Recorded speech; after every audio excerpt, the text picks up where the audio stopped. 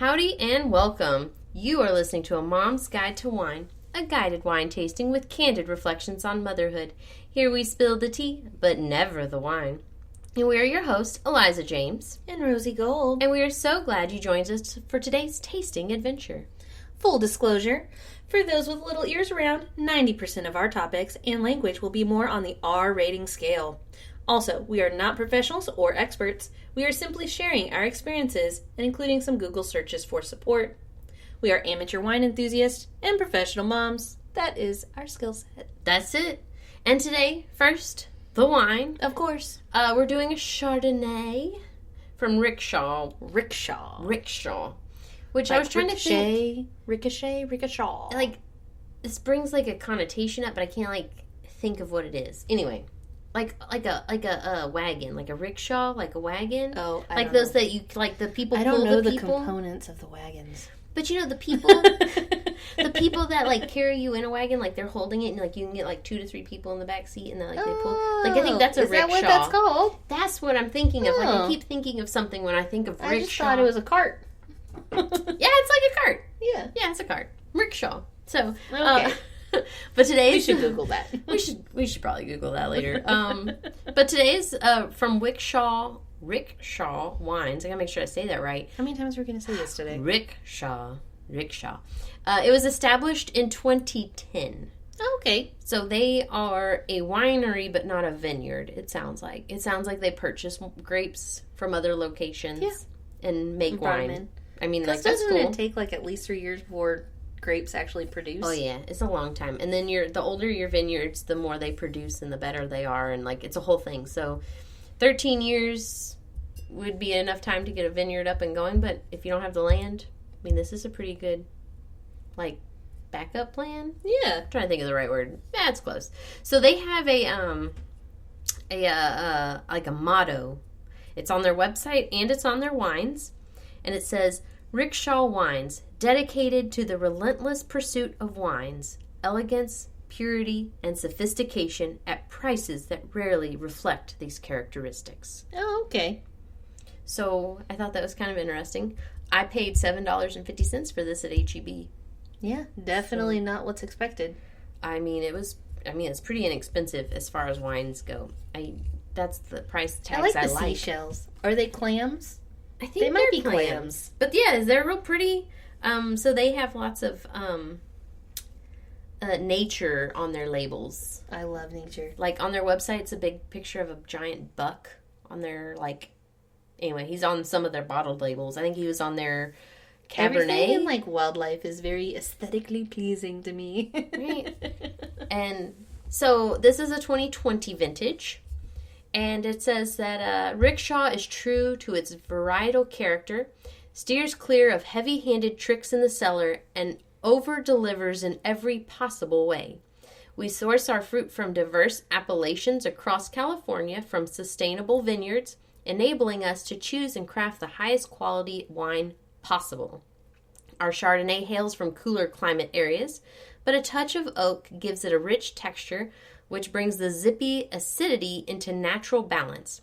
Our Pinot Noir is also a classic expression of the grape, hailing from cooler climates with a California kiss of fruity juice. And they also do a Cabernet Sauvignon that exhibits a beefier texture with plush weight and full of throttle flavors. That's a lot of words for $7.50. You know what? It must be like they're 2 cents, but with inflation. I like that. I like it. So on the bottle, because that's from the website. So on the bottle, it says their Chardonnay comes from sun-kissed vineyards in the far reaches of the California coastline. Full-bodied and ripe, yet strikingly balanced. This wine shows high-end pedigree with hints of Tahitian vanilla, crisp acidity, and juicy tropical fruits. So, I love the way that sounds. Let's open it. Yeah, this is from Geyserville in Healdsburg, California. And it's a screw top. And it's a screw top. Makes it nice and easy. So, let's see. I gotta, rip it. Have you ever cut yourself on the little screw top? Because I have. No. I somehow You made that happen one day. That is impressive. And I do it's like their top, incredibly a very tiny, thin, deep cut. I mean, because, this is pretty thin. Like, these tops, there's, like, nothing. They're about as thick as It was like taking a razor blade to my finger. It was horrible. Nice. So don't do that. We're going to take a lesson from Rosie and do not do that. I'm going to cap this. It smells like sugar and vanilla. It's like a bakery. I've had this in the fridge for over 48 hours because I wanted to keep it nice and cold. Because sometimes I feel like I don't get the wines cold enough and we don't enjoy them. So this went on like the top shelf to keep cold. What do you think? There's a bitterness to it. You made a face. I'm going to try again. Hold on. Nope, I think you're correct. It's very dry.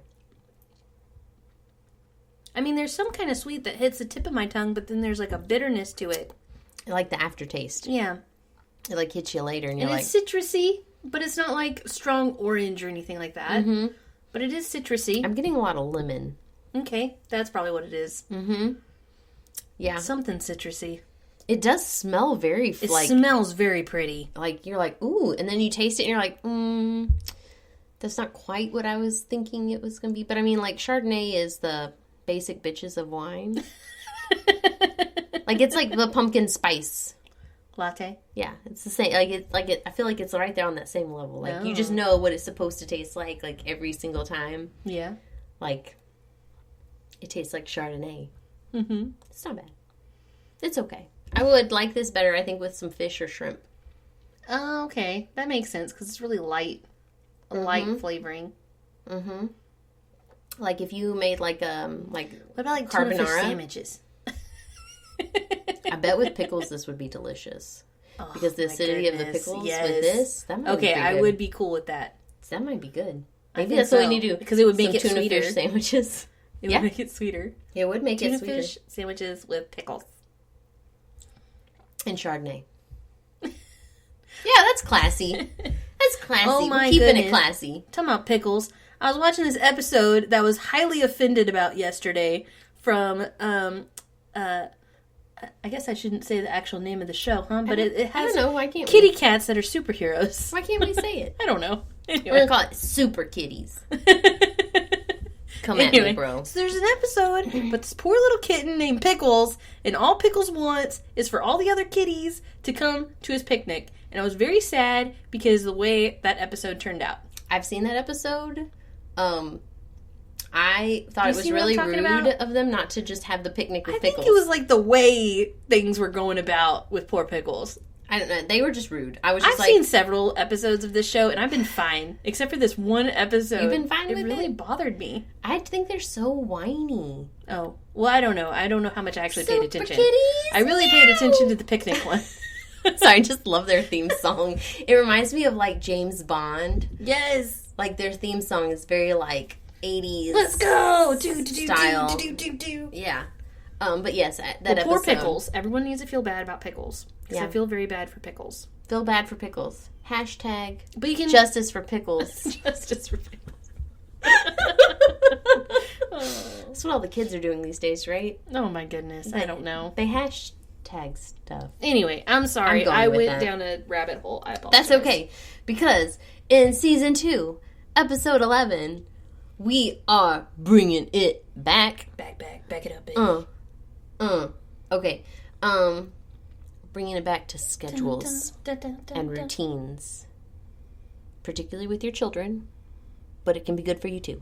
Okay. Because we get out of routine all the time. Yeah, we do. Everyone can say they're planners. We're planners. We've told y'all that a million times. Everyone says they're going to plan. They're going to make a schedule. Mm-hmm. Everything's going to do this. And then you're going to fall out of the routine. It's just going to happen. Every time. Like, but it never fails. You can get back on. It's fine, yeah. Because setting schedules actually has lots of health benefits associated with it. Northwesternmedicine.com, they have a article called Routines and Schedules that they can help relieve stress, they can help improve sleep, can help you eat better, and help keep you active. I was trying to look. All of that I had, sense. The name of it. But, anyway, routines and schedules. Relieve stress, improve sleep, help you eat better, and help keep you active. And this is because knowing what your day is going to look like help relieve stress right? Because that's what we talk about a lot, is that things don't go our way and how we think they're going to. It stresses us out. It's because we're very routine people. Very, very. Improving your sleep, it's because you go to bed at a certain time, you get up at a certain time. My child is an extraordinarily routine person, and if anything does not go the way he thinks it's going to go, the entire day is ruined. I've seen that with him. Like, that's also why he's in occupational therapy. He doesn't do well with changes. Anyway. But being in that routine helps him get from point A to point B throughout his day. And stay calm. And stay that way. It helps you eat better because you're on a schedule, you're supplementing food in your body when you should. And you don't have, like, sugar crashes and things like that. Mm-hmm. And then it helps keep you active because you've planned your day, so guess what? You can actually plan for exercise. Look at that. And we both hate exercise. Yeah, That's like a cuss word. It's like a cuss word in my house. Don't you say that. How dare you? How dare you bring that up? Don't you talk to me like that. If I say I've gained 10 pounds, that does not mean you can come at me with exercise. Don't come at me. Well, we could exercise. Bullshit. You know what? Fuck you. I'm done. Actually, that's the conversation I had with my husband. He was like, hey, next month the kids are going to go to their grandparents. Do you want to go work out together? I looked him in his eyes. What type of workout? I said, fuck you. Is it the sideways tango? No, he wants to go to a gym. He is wrong. Rude. I know. Rude. What's wrong with him? He knows me better. He is crazy. So eating schedules are really important, though, because they do help you manage your, like, highs and lows, like, with your metabolism. So if you get on a schedule to where you're eating at meals around certain times, it also helps you to plan the meals so that you're not gorging yourself on things you're not supposed to. You're not eating out all the time, which can also be bad for you. You have the time to make things from scratch, do the meal planning crap. Lately, we have been eating quite a bit out, and I know this last week we had a conversation. We were in the car, and my husband asked me, what do you want to eat? I said, I don't want anything. I'm going to be honest with you. I don't want a single thing that a single restaurant can offer me right now. I just want to go home and eat cereal. That's not the worst thing. I think that's what I had for dinner Friday night. Ugh. Anyway. But, like, the whole point is that you can plan out your meals and make them appropriate for your family. So, you have a busy week ahead of you. You take out, the pork chops because you're going to eat those on Monday. So you should take those out Saturday and put them in the fridge. You can plan out your dinners. And then, which includes, preparing your meals from at home. That's what I was trying to say. That was difficult. Guys? That was difficult. I need to write this stuff down so that I can just read it off of a script because I do better than just making it up on the fly. It's like we have a podcast or something. Something. But you can prepare all your meals at home, and then you can eat at home, which is a healthier version rather than eating out all the time. We do that by planning all of our lunches throughout the week. I know that seems like everybody's like, we work, so of course you're going to eat lunch. Well, yeah, but we take our lunch every day. Every day.